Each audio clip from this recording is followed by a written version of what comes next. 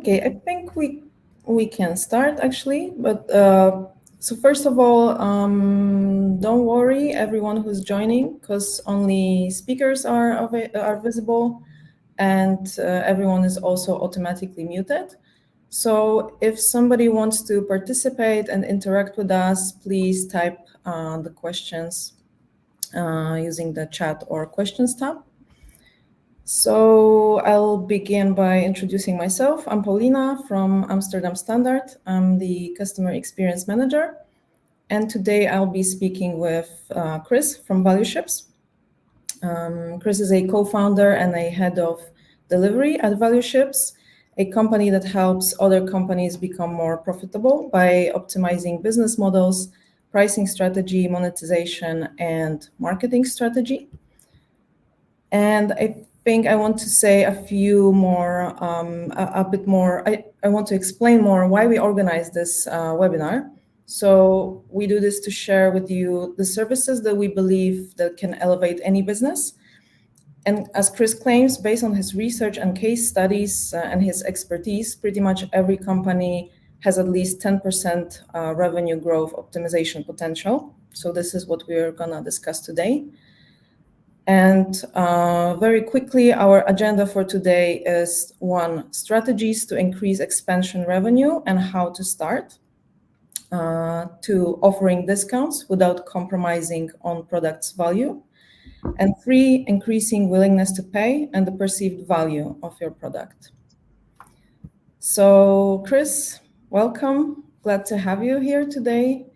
And maybe we can start by elaborating on your experience and expertise on pricing.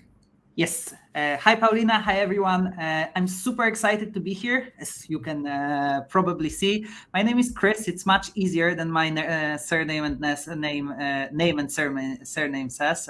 It clearly shows that I'm from Poland, so it's easier to call me Kris. From my experience, I've been connected to pricing world throughout my whole career. Actually, I've started as an analyst at McKinsey, where I was mostly responsible for pricing. Then I was working for the SaaS companies, and right now, together with the other co-founder, we founded our own boutique that has been operating on the market for two years and a half. I mostly do pricing, or 90% of my work is pricing. The other 10% is strategy. And typically, this is strategy or pricing for SaaS companies, full stop, actually. So no, whole career, pricing only, pricing mostly, to be very honest. So hence, I'm more than happy to be here and to talk about it. All right, so you're a good person to educate all of us. Let's see. Okay, so before we move on, I would actually like to do 2 polls with you, with all the participants. And don't worry, these are just like internal questions for yourself to answer. We won't evaluate on the answers. So let me just publish the poll, and I hope you can see it. Can I also take part in the poll? Sure, go ahead.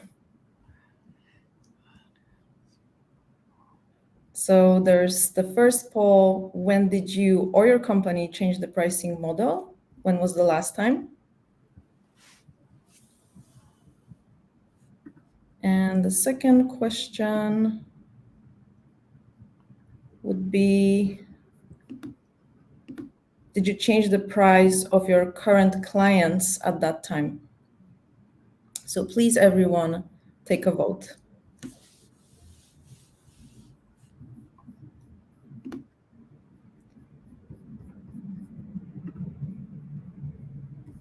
All right, so on this, we'll elaborate further on, right, Kris? And for now, to begin with our first topic, maybe you can tell us a bit more how to start increasing your profit. What would be your first advice for first steps? Look, so if you think about the profit, you need to treat your profit as an equation, right? if you think of an equation, profit equals price times volume minus fixed cost and minus variable cost, right? So basically, on the very, very high level, on the strategic level, you basically have 4 levers to increase cost, to increase profit, right? You have price, you have volume, which is sales, you have variable cost and fixed cost. And I actually have a slide that is supporting on what you should focus. Let me share my screen and let me show the slide. So can you see my screen now? Spoiler alert. Yes, I can see it. Look, so this is the equation, right? And then if you think of increasing your profitability, you can think of what is the return of on investment? What is the return on profit while optimizing the levers that I've just described, right? And then if you think in the terms of fixed cost, you can optimize your fixed cost by 1%, and then what you can expect is around 2% of profit increase. Then you can boost your sales, right? You can do marketing, you can hire a new salesperson, you can improve your performance marketing, and then you can expect around 3.5% of profit increase in case you increase 1% of your volume. Then if you think of fixed cost decrease, variable cost decrease, then once again, what you can expect is around up to 8% of profit increase while decreasing the variable cost. And then comes the price, right? And when you think of pricing, and if you think of these different levers, 1% of profit optimization depends on the study that we take into consideration. And you can see the sources in the bottom of the slide, can influence your profit up to 12.5%. The bottom is around 9%. So if you have one lever to choose for the profit optimization, at first I would say start, of course, as long as you have some ground rules established, as long as you have some tractions, as long as you have some sales.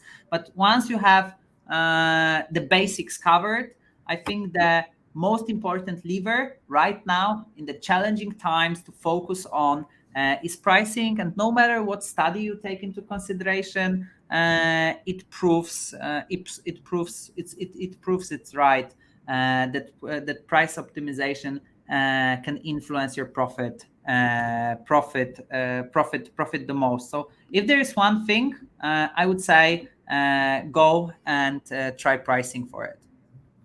Okay, you say pricing. So can you elaborate maybe on the strategies of pricing? Yes. How to start? Yes, and like let's think of a linear process when you think of pricing that you can have, right? So once you have your product, you definitely have some costs, right? And if you want to be on this very safe side, you can start with cost plus pricing, right? So you take all your costs into consideration that contribute to the product. Then you add some markup on it, and on 20%, 30%, 50%, you name it. And then you arrive with the final price, so cost plus pricing, right? There's another strategy that is like, it's not mutually exclusive, right? So if you are using the second strategy, it doesn't mean that you shouldn't use the first one. You should be aware of your cost no matter what strategy you are using.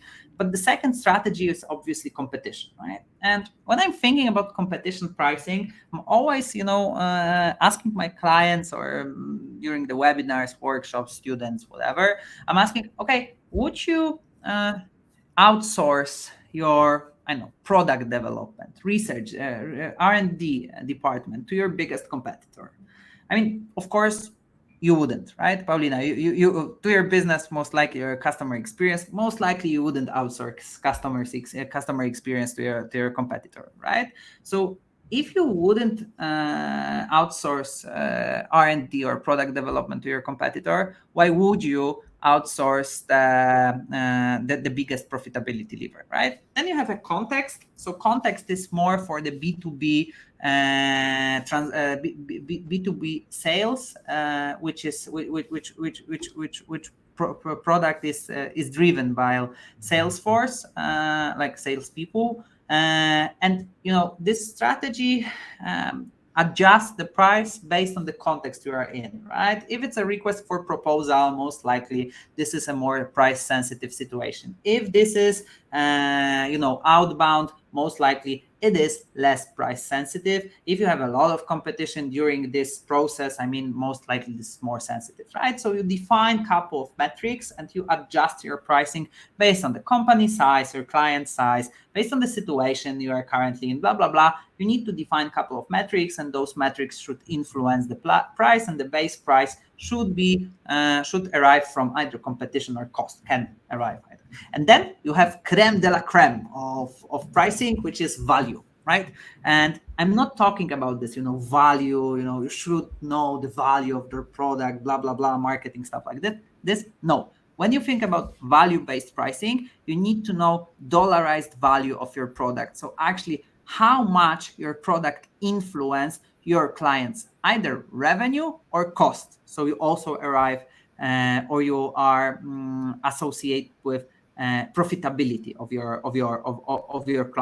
clients, right? So to recap this, I also, as a consultant, joke, I have slides for everything. So basically, to recap this, those are the strategies that you can have. You can put them into the matrix that of impact or difficulty, right? And you have cost, low difficulty, low impact, competitors, the context-based pricing, and value-based pricing, where you actually need to know the value of your product, dollarized value of your product to your customers, which is kind of hard. Nevertheless, the impact that you can expect is quite significant. So those are this is where to start. Those are not mutually exclusive strategies. This is for me rather than advancement of the strategies over the course of your business. And of course, if you want to be in the top 1 percentile of most successful companies, value-based pricing is definitely a way to go. So could you share actually once more the slide? Because yes. I would like to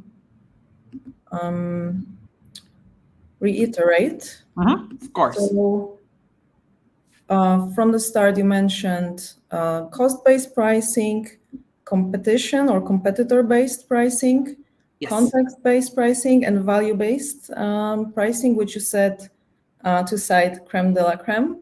Yes. So, can you maybe explain how this works a little bit further? So I will leave my screen shared because I also prepared something to explain this one. So, if you think of a value, you can understand what your customers, maybe not what, your product, in SaaS, your product consists of something, right?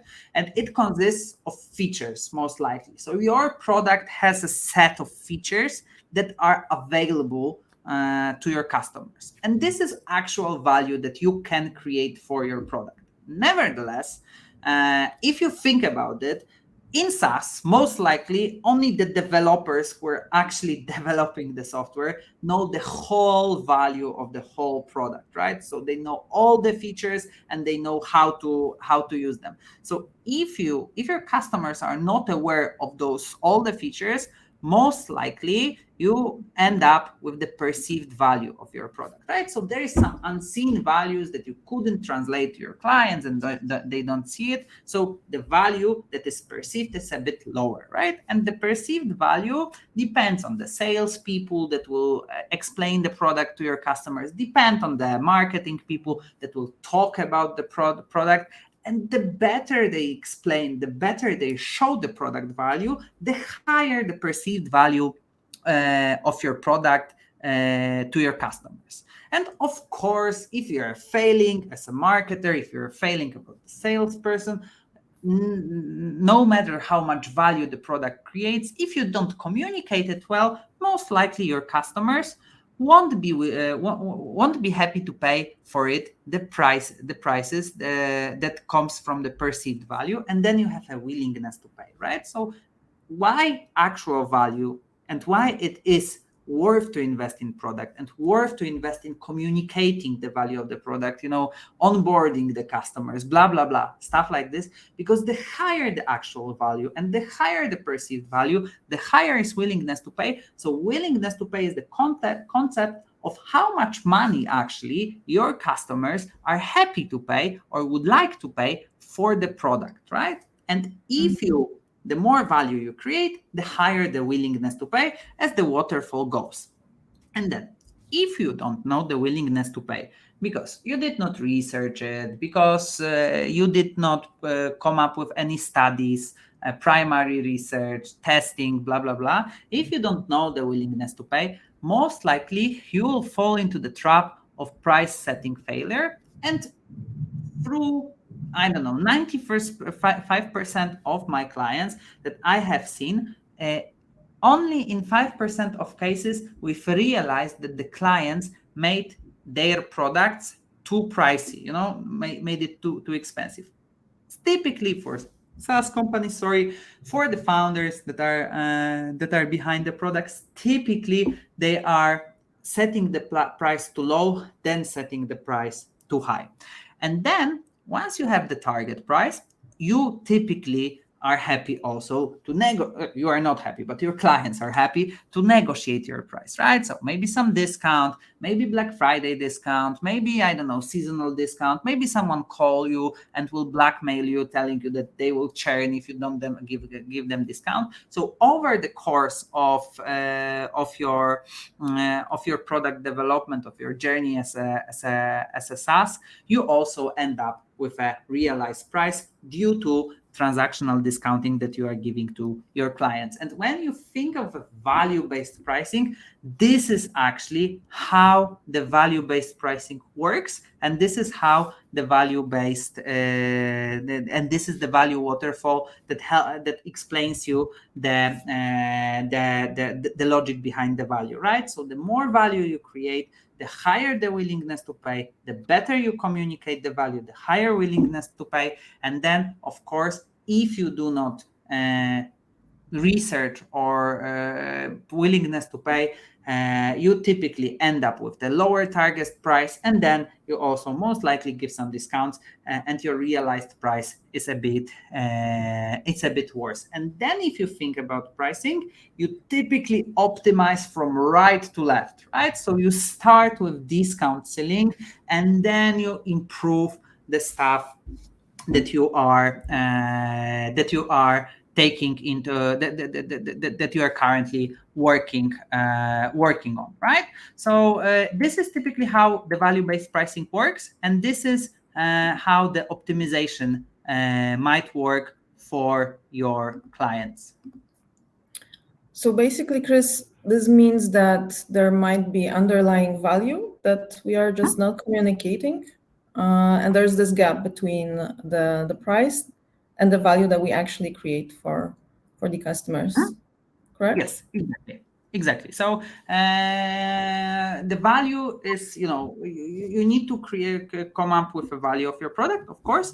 But what is also important is to calculate the value, right? So the value is not like, the value of our product is like doing something faster. No, doing something faster. For example, if you want to calculate the value, so for example, you save, 10 or 15 minutes a day due to time management product. You save 15 minutes a day to all the employees, right? Let's imagine you have 10 employees, 10 times 15 times 5 times 55. So 10 minutes or 15 minutes times 5 days times 52 weeks in a year.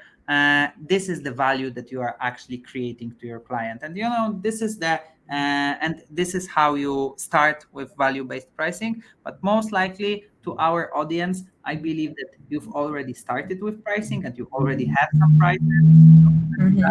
Talk about current pricing optimization. Hence, I showed the waterfall rather than no new product pricing, because this is something a bit different. Okay, so to conclude that, the value pricing needs to be dollarized. So as you say, it has to be like tangible results calculated and dollarized, right? Yes, there is a book that is called Dollarizing Differentiation Value, and I highly recommend. It is it is written by Stefan Liozu. So if you would like to learn more about the concept of dollarizing value, I would highly recommend to go through this one. Okay, so to segue that to our next topic, which is a hot one, I would say, in the current economy, is how would you then advise to discount? Let's say that we want to accommodate our customers, and how would you advise on doing discounts, but in a good way without compromising the perceived value of your product? Actually, for this particular topic, I would first recommend to seal the discounts that you are currently having, right? So if you want to optimize your price right now, if you would like to get some instant ROI, I would definitely advise our audience to go through their current discounting strategy and see how much discounts, how much MRR actually they can seal to get the immediate value. And if you allow me, we can open an Excel, and I can do to all the users, I can do a quick cheat sheet of how to do it and how you can optimize. But it's going to be work life. So if you feel comfortable with that, I'll be more than happy to show how to do it. Let's do that. Show us how would you do it if you advised us to start doing it today. Yes. So look, there is a if you have your SaaS, right? You have some products. You have a product and you have some customers. First, customer ID. You need to have some idea of your customers. Then last month MRR, right? So look how much your customers have paid you last month in August. See how much they've paid. Then, and let's imagine that I don't know, this is 1, this is 100. Then see current plan, right? Current plan that they are in. Let's call this plan basic, right? So we have plan basic. Then what you should do? You should see what is the current price per plan, right? And let's see that this is 120, right? To make this example easy. And first thing that you should do to have the discount transparency and to see if you are doing discounts well or not well is summarizing the E column versus summarizing or subtracting the C column from it. So in this case, we have $20 to seal for customer 1, right? And this simple, and you can just take it and just do it in next, 20 minutes, right? And this is the potential that you have in discount sealing, and this is the potential, how much MRR you can increase instantly. And of course, once you have it, you need to have a context. So to see, and let's imagine that, there's 20% of MRR in discounts to seal, right? Okay, we invested 20 minutes into to learning how much discounts we have. Okay, if it's more than 5 to 10% of your MRR, I would kindly advise you to deep dive into the discounts, right? So once you have it, then you need to know, okay, we invested 20 minutes, let's invest another 20. Is there any context? So for example, this person can be an influencer, or the aunt of CEO, for example, right? So most likely if there is some context and special discount, you shouldn't seal it, but maybe there is no context, right? So you just gave this person a discount, conditional. So if the discount is conditional or not. So for example, you might have the product downtime and you just give a discount for 1 month to your your customers. If this is the case, there is no place to seal. But if that's not the case, still we have $20 to seal. And then, of course, you should know how long this customer was with you, right? And then if it's not a new customer, 1 month, 3 months, 4 months, most likely this is some legacy deal that you should seal. So basically, investing another 20 minutes can give you additional layer of information that will tell you how much of a discount you can seal. And trust me, from the case studies that I've been working with, typically at least 15% of your MRR sits in discount. It doesn't mean that you will immediately get this 15% back, because of course there is a risk to churn, for example, of the customers that you are sealing. You need to have a good communication plan to these customers. You need to divide them into the churn groups, blah, blah, blah, stuff like this. But first thing to do, if you want to boost your MRR, I don't want to sound like a marketeer, one simple trick to boost it tomorrow. No, but first you need transparency, right? And without transparency, you don't know what skin in the game you have, which means that you are kind of lost in discounted MRR. So first thing, as a homework for our audience, I would advise them to make this simple solution and then this simple Excel, look how it goes, and then start thinking, okay, if I have 20% to seal, what is the churn risk? And go client by client, see what was the history of this client? What is the percentage? This is a good trick. What is the percentage increase and what is an absolute decrease? Customers that have high percentage increase and high absolute increase, those are the ones that have high potential to churn. The ones that are with low percentage increase or low absolute increase most likely will not churn. Think through it like this in order to seal the discounts. And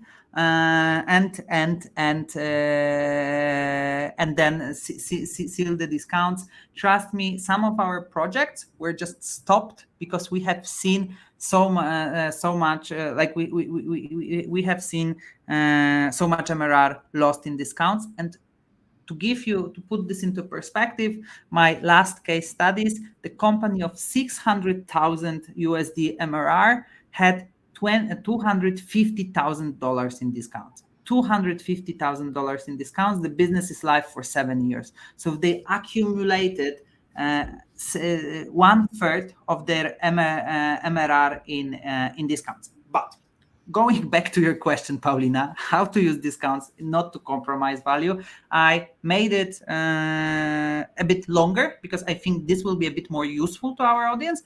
But if you want to, boost your MRR, first you should seal. Then you have sealed it. Now you can think of discounts. Couple of things. Never give forever deals. This will backfire in time. You will change the solution. You will change the monetization model. You will not know what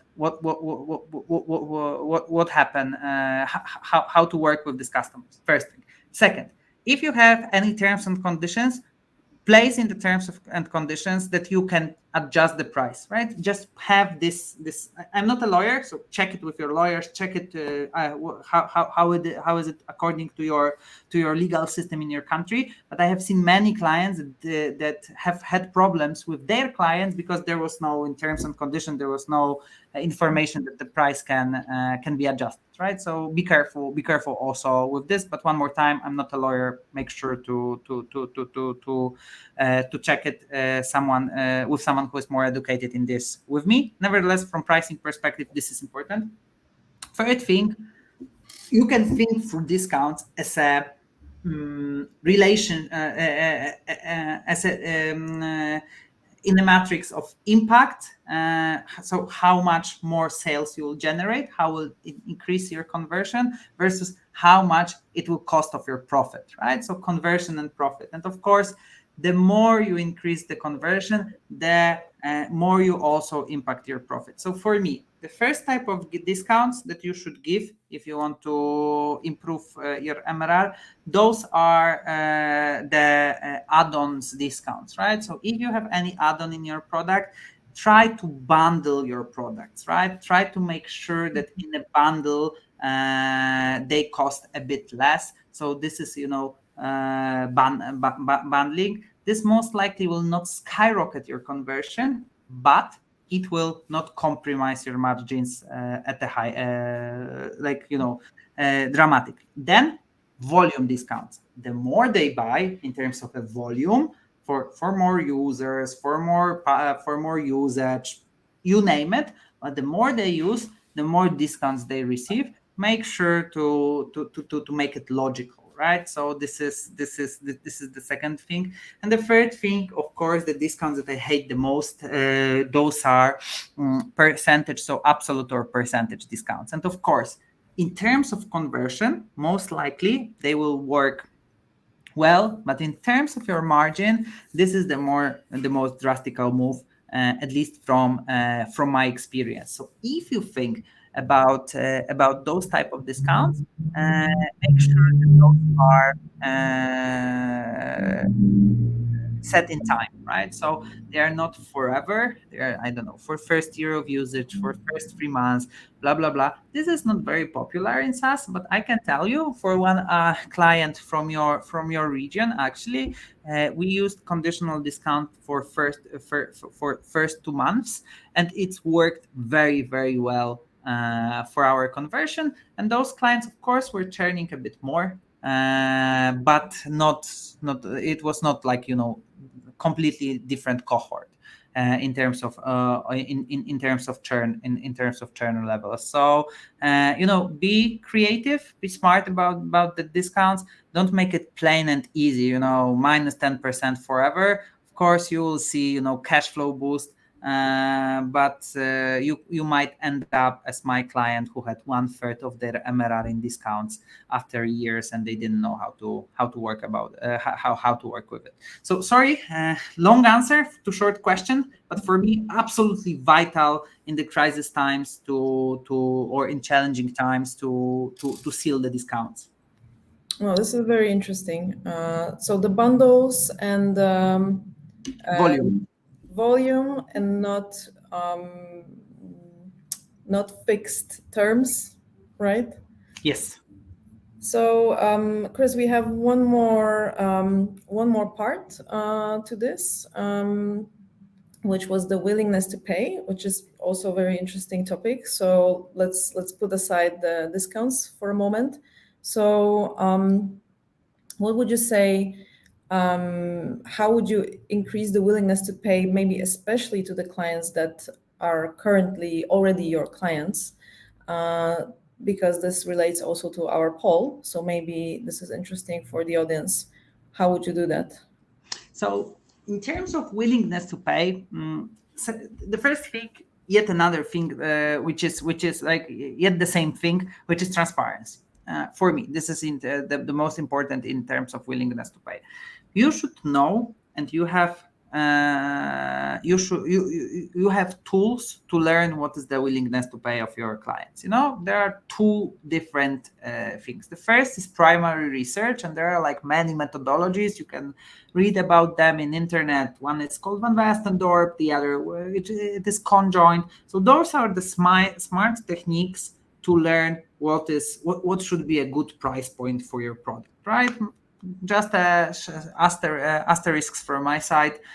Make sure to research your prospective clients, not your current clients, because if you research your current clients, most likely you will end up with the same price that you currently have, because they are just biased. So research is asking prospective clients what should be the price of your service? Never what should be the price. Then this is Van Westendorp and conjoint methodologies. So it's not a direct question, Paulina. It's very important, right? Because if you want, it's like, asking your employees what should be your salary, right? Of course, or are you satisfied with your salary?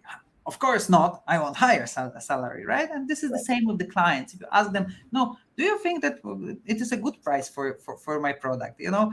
No, it's too expensive. I want it lower, right? 0 is a good price, right? For 3 is the best price for everyone, right? So you need to be a bit smarter here in terms of methodology that you use to research the prices. And those are like Van Westendorp or conjoint are, these are quite old methodologies, but still very relevant today. And those are the methodologies to research the price. But as a concept, yes, you are right. You need to ask the client about pricing, but the questions themselves need to be a bit different than what should be the price. Okay, not direct like that. Exactly. You can't be super direct, because you'll end up with the same with prices that are exactly the same that you have today. Really, every time I see it, I can actually show it. Let me show it, because this is not ready for this one. But let me. I will have it if you just give me this, right. Give me a moment. So this is, I wanted to show this. This is the one that I wanted to show, right? This is the willingness to pay. Willingness to pay shows you, and this is from Van Westendorp methodology. It shows you the corridor of prices. This is like if you have a good, better, best.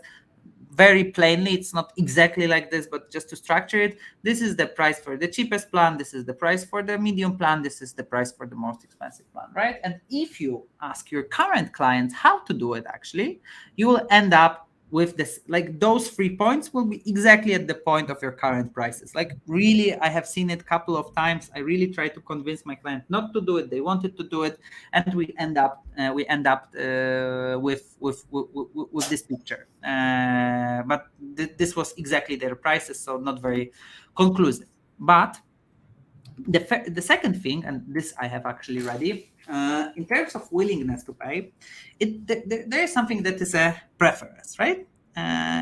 Because not everything that your clients prefer, they would like to pay for it. And then, do you know what is this? This is an alarm in your car, right? And in terms of an alarm is something that you very, very prefer to have in your car. Nevertheless, you are not willing to pay a bit more for this. So this is a classical thing that is a core feature. So everyone wants it. Nobody wants to pay more for it. Typical table stake. Then you have a big engine, right? We have a big engine that has many horsepower. This is a differentiator. So something with a high willingness to pay and high preference. Many people want it. Many people would like to pay for it. This is leather seats. And then if you think about cars, you can have, very small engine with leather seats, and you have a very high engine or a big engine with no leather seats, right? So this is a typical thing that only some of your clients would like to have, right? So this is something that has low preference, but high willingness to pay. And this, I don't remember an English name of this, but this, the bottom of the car. I mean, nobody even talks about bottom of the car. So this is a trash lamp. It is needed, but in terms of pricing, this is not crucial, right? So if you think about willingness to pay and preference, this is a crucial feature, how you should actually differentiate your prices based on what your customer want and what your customer want and would like to pay for, right? And in a very simple context, it's also a bit more complex, but we are limited by time here. But you can think through your products, that those products that are core features, those are the ones that should be the cheapest. Then the ones that are the more expensive should have also differentiable features. And something that you should monetize beyond your current pricing, those are the things that some people would like to pay for, right? And through the studies and through the research that I've just mentioned, you can actually differentiate or understand how your features should fit into the matrix that I showed you a minute ago. So the final price for me is not as important pricing-wise as a packaging and how you differentiate your products to your customers to maximize your profit. One more time, right? You have pricing that should address different segments, and typically you have a budget segment, you have a middle segment, and you have a premium segment for your product, and you should differentiate your prices accordingly. Of course, depends industry by industry, case by case, product by product, but as a concept, this is how you should understand the willingness to pay. So it's not only for the whole product, but also for each feature of your product. Yeah. So in terms of a willingness to pay, and if you don't want to research it, just list all your. We can do it one more time in Excel. Actually, if you want to choose or understand how the structure of differentiators and table stakes should work look like, just put all your features right in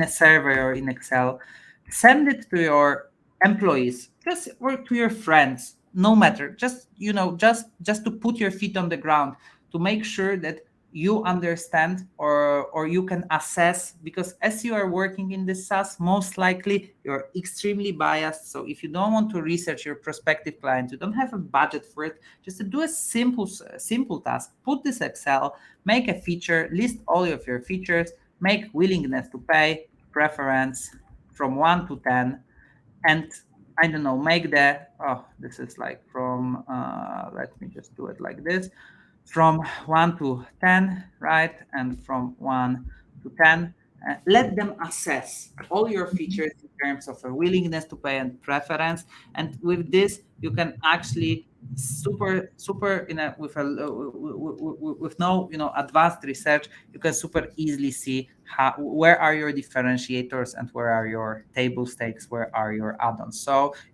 asking about willingness to pay, one thing is researching your ideal price and ideal pricing corridor. Another thing is packaging. So how important actually some of your product features are versus the others. Awesome, Kris. Thank you for showing us, by the way, also the live examples. I think it's a nice homework for our audience to do. We are unfortunately almost at the end of the time, so I would maybe give this a little conclusion. So how to boost your MRR even during a crisis. You said to look at the pricing first. It might be a good first thing to look at and realize the real value in your product. And to increase the willingness to pay, you basically need to do your research, and you showed us a few examples how to do that. So it's basically realizing value, communicating it right, and also looking at your pricing strategy. Yes, exactly, right. Thinking about price differentiation, because me as a pricing practitioner, of course, I will not tell you how to develop your product. I'm not a product manager. Nevertheless, if you're developing a new feature, make sure to assess it through willingness to pay and preference, right? Just to make sure that you're investing in the right thing, right? But this is like important. But for me, it is important as a pricing person, showing as much value as possible and giving the most expensive option the best value through understanding which product features are your differentiators. This is the way to go. So there, from the pricing perspective, yes, you are correct. Assessing features through preference and willingness to pay, this is the way to go. All right, Kris, and we have one question. So now I think it's a good moment for questions if anyone has. So Kris, do you see it? Yes. Hi there. So let me read the question. Is it really safe to play with pricing when I'm already successful? Of course, good question. Yes, and you shouldn't play with pricing. That should be a process, because if you are not working actively on your pricing, you most likely, as a SaaS founder, what is the technological debt, right? I mean, you are not updating your product, so you are collecting you are accumulating the debt. of your product. The same goes with pricing. If you are not actively working on your pricing, if you are not actively improving your pricing and optimize your pricing, you are accumulating an inflation debt, right? Why? Because there are good times and bad times, right? Right now we are in the bad, not in the great times. Inflation is quite higher than usual, and it's much harder for you right now to increase prices. A, if you do not have an experience from running the from price increase. B, if you haven't increased your prices in the past, because most likely you need to cover the debt that you are accumulated throughout the years. B, you need to accumulate the debt that happened in last week. This is the first thing. And very quickly, the second thing, if you still have time, if you don't increase prices in time, it deteriorates the value perceived of your product, right? If you are improving your SaaS, adding new features, it costs you and it doesn't reflect in your price, most likely it will deteriorate the value perception of your product. So it is risky. I'm super happy that you are successful now. And of course, pricing is risky, but if you're not actively manage the price will chase you at some point, either through debt that you are accumulating or by value perception. What is the universal advice you give to every SaaS that always works?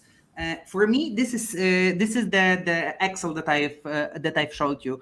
I have never seen a SaaS company that did not accumulate the discounted MRR. And it always works. It is sometimes 5%, sometimes it is 30%, but this is what always works. The other things are, it's not pricing knowledge. I would call it, pricing tips and tricks, which I also feel comfortable with, but not super comfortable with, because there are, some many, like there are some tricks. What we did. Look. Right now we are working on a report on SaaS pricing in Germany that will be live soon. And we are just benchmarking companies. We did the same in Poland. We've researched 300 B2B SaaS companies, and we've realized some patterns. And this is what always works. If you have a custom plan, most likely you are able to have higher prices than the other companies. Why? I don't know. Hypothesis is that you increase perceived value, right? Because you can work with big guys, you have something custom, so most likely you can handle, or you are worth it to have the higher plan. So this is one thing. But if you do not work with any custom, don't do it. But if you have, show it on your pricing page, most likely it will increase your willingness to pay. Second, if you want to boost your conversion to yearly packages, most likely showing yearly packages work. Third, if you do not have pricing page, you should have pricing page. It is second or third most visited page, and this is the page where your customers decide to buy your software or not. So if you don't have it, and if you have it, make sure to show value, real value. It doesn't have to be dollarized at the pricing page, but it should be real. So if you have plans, tell what plan, what value brings every plan. The another one, highlight which one is the recommended plan. So those are easy, simple tricks. Nevertheless, they boost conversion. It will not skyrocket your business. Those are rather hygienic factors that you should have. But through benchmarking right now, in our benchmark total from Polish and German companies, we have 1,500 pricing that we went through. Pricing by pricing, we're going page by page. So it was a lot of work. That we see some common patterns comparing companies that, for example, have plan recommendations versus they don't. So these 4 tips, I would say, but those are these are tips and tricks that work, but will not be groundbreaking for you. All right. Thanks, Kris, for this. it's tricky to ask me the question because I like to talk, so I could spend, another hour with you. Yes, so, but we are unfortunately at the end of our webinar, so I think this brings us to the end. Let me just share with you contact to Kris. If anyone has any more questions, feel free. Kris likes to talk. Thank you everyone for being here. I hope everyone found this insightful, and see you again in the future. Thank you. Thanks, Kris. Have a good one. Thank you. Thank you.